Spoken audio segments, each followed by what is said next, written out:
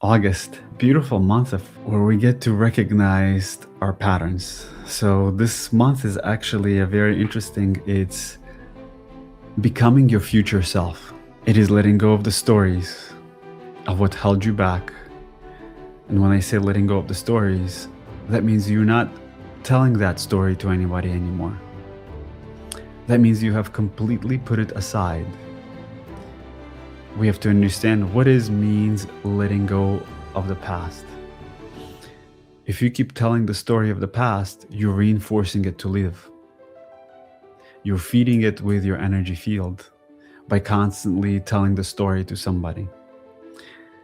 So I invite you, instead of tell the story, can you create a new story? Can you create your future self? What story would that be? It is a story that you tell yourself, oh, it's because of this I cannot do this. It's because of this I haven't become what I want to become. And these stories we constantly feed ourselves, and what the universe says, since you created it in your field and you're giving it energy, it starts to amplify. And it starts to live because you're feeding it. So August energetically is meet your future self. How would he or she behave? How would he or she respond and react? And what stories will it tell?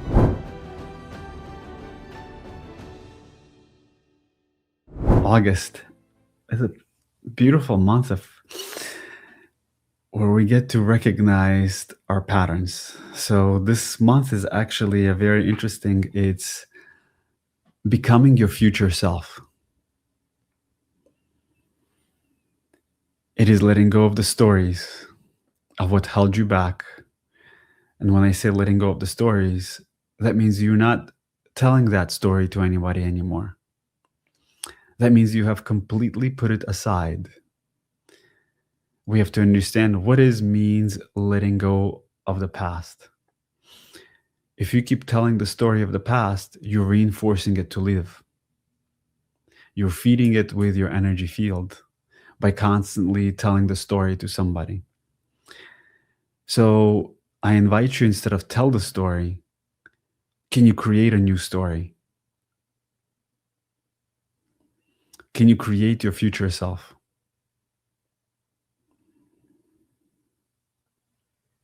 What story would that be? It is a story that you tell yourself, oh, it's because of this I cannot do this.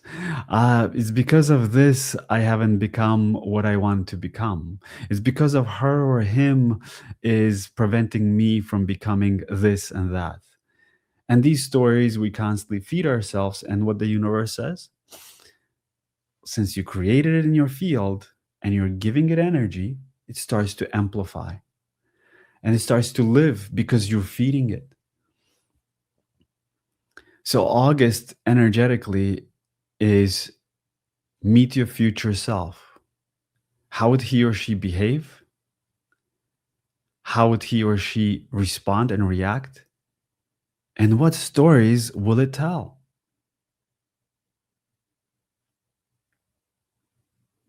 Even the stories that have to do with health. You're reinforcing that energy to continuously to live within. So through this process, we also get to reveal the change. So change is important, and that with that story, you have to change the way you behave, the way you act. And what does that mean?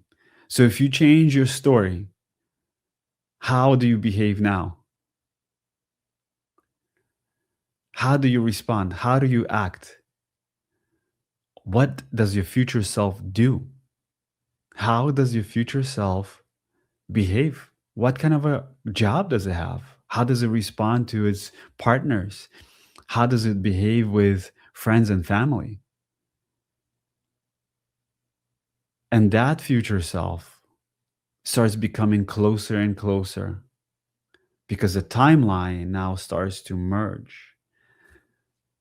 It is the moment where you take your eyes from the back and you face them forward. It is like the archer that constantly looking forward with his bow and arrow and does not let go of the target. And the focus is so strong that the two eyes become one. And when the two become one, you become undeviated. And this is the moment where your future self merges into the present moment. So August is giving us that opportunity to jump the timeline. So next time when your mind goes into the past story, stop yourself. This is where you get to control your thoughts and your beliefs. It's not what you tell others, it's what you tell yourself, internal process. Because your auric field has a beacon of light that connects to your higher self, to your source, to your monadic light, where timelessness exists. But you are the one who's the director of energy. So if your mind keeps going into the past, which doesn't exist anymore, and reinforces it, then the monadic light goes towards that direction and it starts to feed that past. And that past starts to become bigger and bigger, and the future becomes dimmer and dimmer. That is your free will. So this month gives you an opportunity to choose, to go inwards, because there's no unification in the outer world right now. It's all breaking apart. It's breaking apart so you can unite yourself inwards. And it's going to continue till 2027, maybe even further. But right now, it is how do you unite all these aspects within yourself? How can you become the being that has been yearning inside of you? The energy of love, that peace, that gentleness, the crystalline light that flows through your mind when you find your stillness or your happy, joyful moment. Because there is no right or wrong way. So those questions are coming up is to guide us back to the vertical alignment through our heart space, unification with our inner child and our monadic light. Not only that, once this shifts in August, you'll be you'll realize a future self. So if you've been confused or lost and not quite understanding which direction to take, it's because it's showing you something you haven't seen yet. So clarity is coming through the intuitive aspect. Clarity through intuition is what reveals our future self. Well, we have separations between countries, religions. There's this push and pull, which direction is better. The wars and all of that is creating a lot of separation in our outer world. And even communities are actually drifting apart in certain directions as well. And this is actually showing us to go back inwards. It's creating separation, you know. God wants you to leave everyone in order for you to be with God. A lot of that has to do with our us giving power to the other. And especially in the family members, because we grew up with them, they know our flaws and they know our lowest points. So what happens is we are still giving some power to them. And therefore, we are really quickly offended by them labeling us or going back into certain patterns of communication or expressing, even though you have changed. So that shows that you are still vibrating at a certain frequency of DNA within yourself that relates back to the family. And these family members are not really quite aware, but you are aware. And what happens is they are giving us and pushing us to show us like you're still vibrating at that frequency. There's still a belief system that is camouflaging itself behind another belief system that you have adapted from me,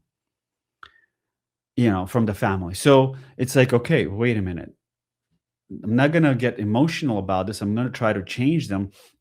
Let me sit with myself and see what pattern and where did I pick it up without blaming.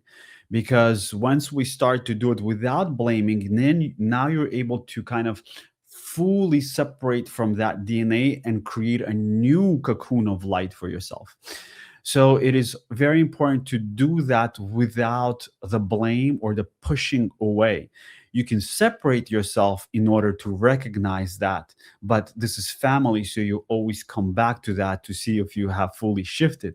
And when they're no longer, their response triggers you and you're completely okay with their judgment and their perception, now you know you have fully transformed yourself. This is where the work comes in, working with the energy bodies through the chakra systems, to really diving in deeper and seeing which mental patterns in which dimension of my layers of the seven chakra systems I've adapted from my family members.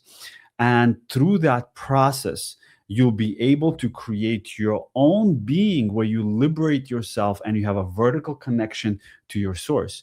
Then you can very simple sit with your family members. They can talk about different topics and aspects, and you will not be triggered, and you will understand that this is their perception. It is no longer mine. And there is no desire internally to change them because you just allow them to be.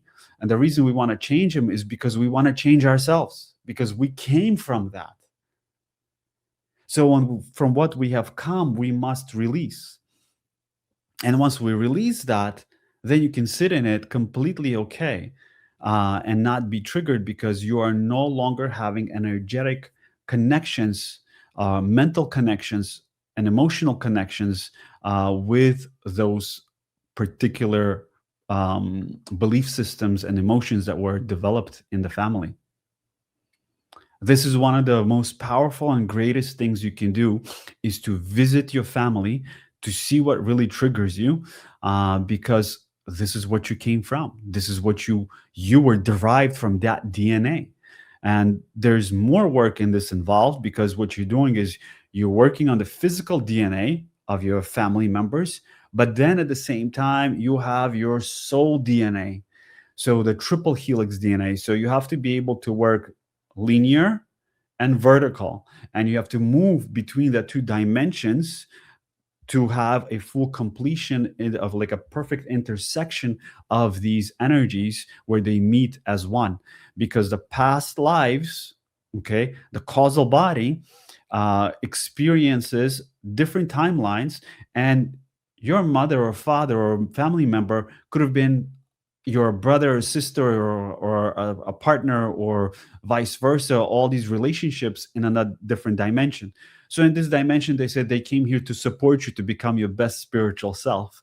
So for them to become your best spiritual self, they said, I'm going to be the one who pushes you and pokes you constantly with a needle to make sure that you're going towards that direction, and you feel agitated and then frustrated. But as soon as you let it go and you perceive from the soul's level, it is a completely different story. So yes, it's a beautiful and powerful, but there's got to be a self reminder that they are here to help me instead of to destroy me. And when you start to see that, then you'll start to understand, where are these connections coming from and what are they really representing. And this is where the inner work comes in. Is at night you sit down and you go through the day and you're like, okay, what are they telling me? How do I change this? How do I transform this? What is taking place internally? Because they are reflections. They are like basically fragments of your soul that came down into earth to support you. When you close your eyes, you are where you're supposed to be. You have to understand the one who's relating the message. From what dimension is he relating? But if you're part of this physical world and you're doing something and you're building something, you're creating something, that is your free will as well. We have to know how to work between the two different dimensions. The yogi that sits in the Himalayan mountains without being part of this reality next to a tree, his message is very clear. His message is for the soul. Sit next to me and you will know all of that. You don't have to do. But we're changing, we're shifting into an era where spirituality becomes the everyday reality.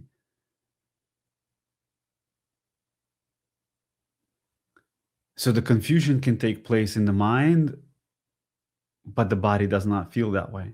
And this is where the work comes in. The emotional body can feel a lot. So you can emotionally feel expanded and that energy comes through. But your mental body is not up to that par. So you have a disconnect between the two. Or the emotional and mental body has become one, but the spirit hasn't joined. So we have to find balance between the four energy bodies that are part of this reality. So if you become very expanded in the mental, you become mathematical and aware of the geometries, and the emotional body expands. That's only one part. You have two different energy bodies. So we have to unite all of them because all of that makes sense when you are in the complete alignment in your pillar of light. Okay? So depending on what situation you are in life, that's when you have to apply these quotes. Otherwise, it becomes very confusing and we start to lose ourselves. And we can see that a lot. People either become doers and they're not connected to their emotions, or people become completely in the emotional state and not the doers and they're just sitting in the space. If you start utilizing your intuitive aspect and trusting that more and more, you'll see how easy it becomes to do everything in life. The intuition will always present to you when the time is right, meaning that the gates of heaven open up and everything that you do just becomes effortless. It just starts flowing. Even in the physical and the spiritual aspects, something that you want to create in the physical, something that you want to transform within yourself, these things all have a time sequence. This is where astrology comes in to basically tell you this is an opportunity that you have. Astrology does not tell you what's going to happen. It just tells you the opportunities you have. And it's up to you to reach out and grasp that opportunity and step into that full potential. See, you have to understand the cycles of time. The earth moves at a beautiful cycle. The sun gets up in the morning. It doesn't get up at 3 o'clock during the day because it feels like it. So we have this respect for the 3D dimension that it has its own cycle. And when we start to work with it, and when we start to honor our bodies with it, to eat at certain times, to fast at certain times, to get up at certain times, to go to bed at certain times, you're working with the clock of intuition. So your circadian rhythm adjusts and you start to align to the time of the sun. Once you adjust with the time of the sun, then you start to adjust with the central sun. And when you start to adjust with the central sun, you will have all the wisdom there is. That is the Akashic levels. This is the Akashic records that everybody wants to tap into. Adjust your body and you'll have the most clarity in it.